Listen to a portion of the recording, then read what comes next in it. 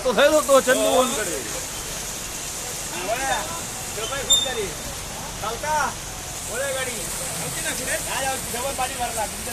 सिंधुदुर्ग जिल्ह्यात आज अनेक ठिकाणी मुसळधार पावसाने हजेरी लावली.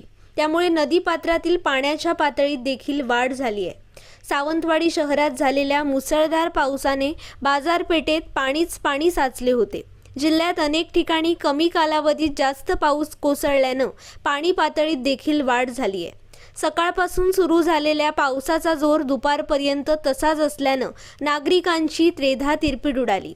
वाढलेल्या पाण्यातूनच वाट काढताना नागरिक दिसत होते. भारतीय हवामान विभागाकडून रत्नागिरी, कोल्हापूर आणि सिंधुदुर्ग जिल्ह्यात येत्या पुढील काही तासात मुसळधार पावसाचा इशारा देण्यात आलाय.